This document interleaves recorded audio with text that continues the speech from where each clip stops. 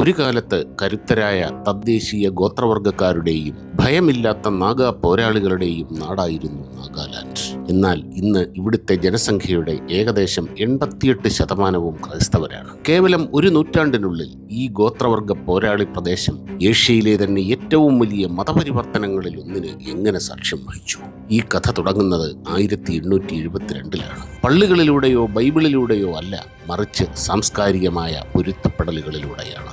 American മിഷണറിയായ Edward winter clerk മതപരിവർത്തനം ആരംഭിച്ചപ്പോൾ അദ്ദേഹം യേശുക്രിസ്തുവിനെ നേരിട്ട് പരിചയപ്പെടുത്തുകയല്ല ചെയ്തത്. പകരം നാഗാ ഗോത്രക്കാരുടെ പരമോന്നത ദൈവമായ ലുങ്കിറ്റ് സംഗ്ബയുടെ നാമത്തിലാണ് പ്രാർത്ഥനകളും കീർത്തനങ്ങളും അർപ്പിക്കപ്പെട്ടത്. സ്വത്വം തകർക്കാതെ വിശ്വാസം മാറ്റുക എന്ന ലളിതമായ ആശയമായിരുന്നു ഇതിനു പിന്നിൽ. ആദ്യത്തെ പള്ളി പോലും ഒരു പുല്ലുമേഞ്ഞ കുടിലായിരുന്നു. അത് വിദേശിയാണെന്ന് തോന്നാത്ത വിധത്തിലാണ് മനഃപൂർവ്വം രൂപകൽപ്പന ചെയ്തത്. ഈ തന്ത്രം വിജയിച്ചു. ആഴ്ചകൾക്കുള്ളിൽ പരിവർത്തനങ്ങൾ വർദ്ധിച്ചു. എന്നിട്ടും ബൈബിളിനെ അകറ്റി നിർത്തിയിരുന്നു. യഥാർത്ഥത്തിൽ 20 വർഷങ്ങൾക്ക് ശേഷം 1892 മാത്രമാണ് ബൈബിൾ നാഗാലാൻഡിൽ എത്തുന്നത്. അതും പ്രാദേശിക ഭാഷകളിലേക്ക് വിവർത്തനം ചെയ്യപ്പെട്ട ശേഷം മാത്രം.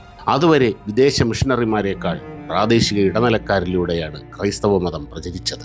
ഇത് എതിർപ്പുകൾ കുറയ്ക്കാൻ സഹായിച്ചു. 1884 മുളുങ് പ്രിന്റിംഗ് പ്രസ് എത്തിയതോടെയാണ് മാറ്റത്തിന് വേഗത കൂടിയത്. എന്നാൽ കൗതുകകരമായ സംഗതി, ഇതിൽ ആദ്യം അച്ചടിച്ചത് ബൈബിൾ ആയിരുന്നില്ല, മറിച്ച് ക്രൈസ്തവ പ്രബോധനങ്ങളും കീർത്തനങ്ങളും പിന്നീട് ആവോ, ലോധ, അങ്കാമി ഭാഷകളിലുള്ള നിഘണ്ടുക്കളുമാണ് അച്ചടിച്ചത്. ഇത് സാവധാനം ഭാഷയെയും ഭാഷയിലൂടെ ജനങ്ങളുടെ സ്വത്വത്തെയും ലോകവീക്ഷണത്തെയും പുനർനിർമ്മിച്ചു. യേശുക്രിസ്തു എന്ന പേര് പോലും ഇഷു ക്രിസ്ത എന്ന് പുനർനാമകരണം ചെയ്യപ്പെട്ടു. ദൈവശാസ്ത്രം പ്രാദേശികവൽക്കരിക്കപ്പെടുകയും എതിർപ്പുകൾ ഇല്ലാതാവുകയും ചെയ്തു. ഇതിന്റെ ഫലം കണക്കുകളിൽ വ്യക്തമാണ്. 1872 കേവലം 9 വിശ്വാസികളിൽ നിന്ന് 2011 സെൻസസ് പ്രകാരം നാഗാലാൻഡിലെ ജനസംഖ്യയുടെ 88%, അതായത് ഏകദേശം 1.7 ദശലക്ഷം ആളുകൾ ക്രൈസ്തവ സഭകളുടെ കീഴിലായി. ഇന്ന് ഏഷ്യയിലെ ഏറ്റവും വലിയ പള്ളി നാഗാലാൻഡിൽ തല ഉയർത്തി നിൽക്കുമ്പോഴും വികസന സൂചികകളിൽ ഈ സംസ്ഥാനം